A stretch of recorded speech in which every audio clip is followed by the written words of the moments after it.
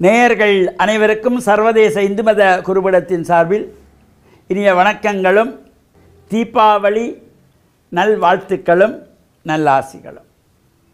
20/10/2025 நரக சதுர்த்தசி திதி. இந்த நரகாசுரனை வதம் செய்து அவர் மரணித்த நாள்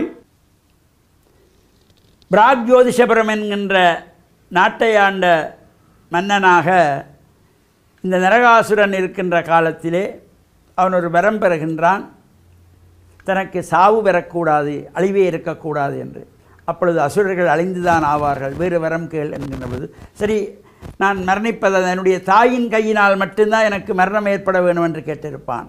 என்றால் தாய் எந்த குழந்தையையும் தன் பிள்ளையை கொல்ல மாட்டாள் என்ற நம்பிக்கையிலே அவ்வாறு இவன் இந்த வரம் பெற்றதினாலே தேவர்களை முனிவர்களை எல்லாம் துன்பப்படுத்தி சங்கடத்துக்குள்ளாக்கி இருந்தான். தேவர்கள் எல்லாம் சென்று மகாவிஷ்ணுவிடத்திலே பிரார்த்தனை செய்தார்கள். அப்பொழுது மகாவிஷ்ணு இந்த நரகாசுரனுடைய அட்டூழியங்களை அழிப்பதற்காக புறப்படுகின்றார்.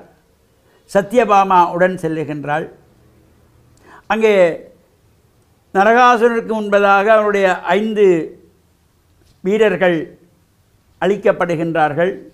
இறுதியாக நரகாசுரனை சம்ஹாரத்துக்கு தயாராகிருக்கின்ற வேளையிலே சில வினாடிகள் மூர்ச்சித்தது போல் கிருஷ்ண பரமாத்மா இருக்கிற இடத்திலே சத்யபாமா அம்பெடுத்து எய்து அவனை வீழ்த்தி விடுகிறாள்.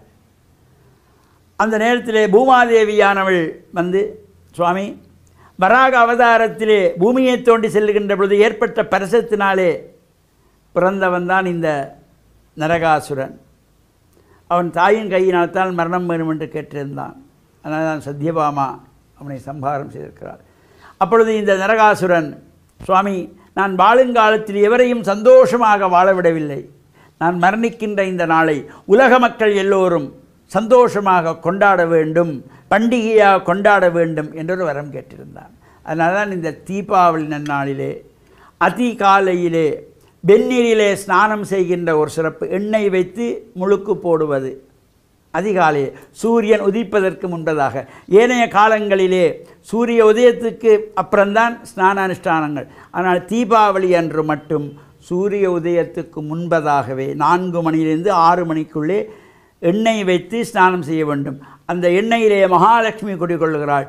தண்ணீரிலே ஜலத்திலே கங்காதேவி வீற்றிருக்கிறாள்.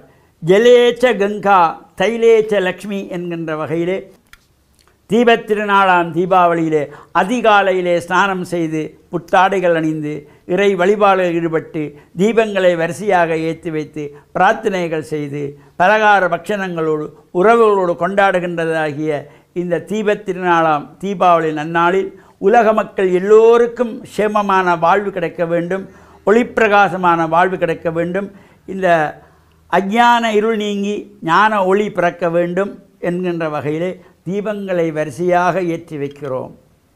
இருளுள்ள இடத்திலே ஒரு ஒளி வந்து விட்டால் அந்த இருள் மறைந்துவிடும்.